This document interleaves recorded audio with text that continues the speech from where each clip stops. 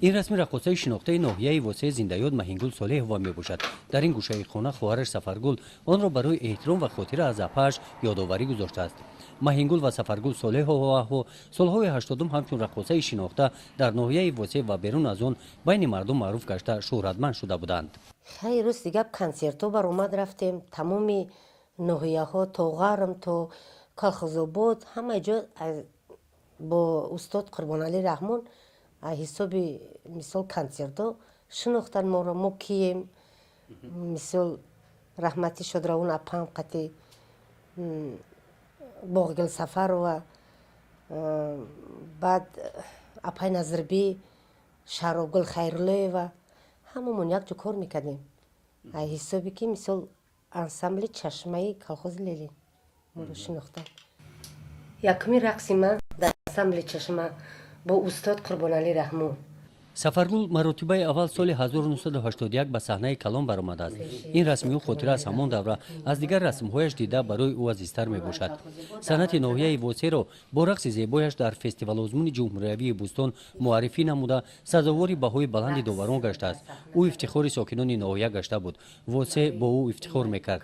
در ناحیه واسه سفرگل را غریب که همه میشناخت. چاره‌بینی نبود که به اشتراک او گذارد. سالی که ما برآمد میکیم راستی گپ سرای قوش میرفتیم، اگه بریگاد سرای پخته میرفتیم، خلق همه میشناخت و پیشوازمون میگرفتن. راستی گپ رحمت بایی میکردن، گراموت فخری میدادن. خیلی ناس پیشوازمون میگرفتن. اکای زفرچه یک بیت میگفت یا که مهینگل باشه یا که سفرگل.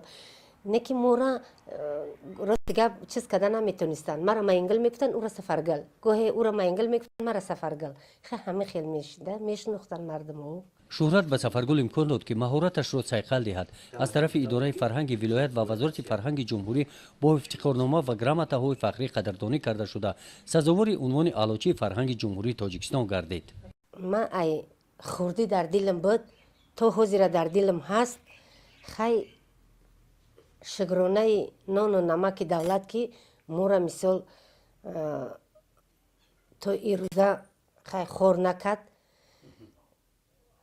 خیلی حاضر خیلی کمتر ما آش مکمه اگر نه سوز رفته است از همون خیلی اول توی میگشتیم حاضر نیست. خیلی شگر گفته شدیم دیگه چی کنیم.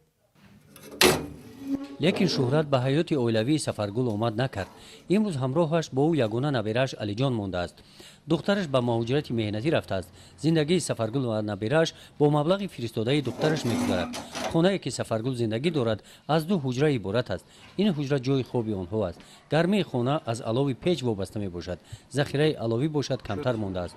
تا آخر زمستان بسنده نیست. بعدی که ما راستی گپ اول کردم ما نیم آدم شدم ده برای همون وازی به نظرم در کار نیستم. خیلی دیگه چیکار کنیم تشیشتیم. شهرتمندی را ما در همون تصور میکنم که همین کوچه دا میبرم مرا سلام میتین مثال حرمت عزت میکنن. برای همین ما خرسندم که شهرتمندی را ما در رقصم تصور کردم. برای همون حرمت احترام اپها میگن من در بسه مثال همسایه ای در میدرویه من خرسندم که مثال شهرتمند هستم. سفرگل صحنه را دوست می‌دارد. در شعبه فرهنگ ناحیه کار می‌کند. 3 سال پیش در صدمه نقلیاتی پایش معیوب گشت. پایهایش درد می‌کنند. با سبب معیوبی به نفقه برآمد. ماهانه می‌گرفتش یک جای با پول نفقه 300 سومانی را تشکیل می‌دهد. داروهایی که برای معالجه یک ماه با او ضرورند 650 سومانی را تشکیل می‌دهند. این داروها درد پایش را سبک می‌کنند. مبلغی که برای جراحی لازم است 800 دلار را تشکیل می‌دهد. لیکن سفرگل این مبلغ را ندارد. میخوام که خیلی مرا یاردم بتین یک انسامبل کودکانه رقصی کنم به نام مهینگل مهینجان. در دلم هست اینه که یاردم به نظرم هیچی نیست. برای همون من میخوام که یک انسامبل به نام مهینه بانو بمونم که رقصای همون کس مثال ناحیه در بلندترین بود.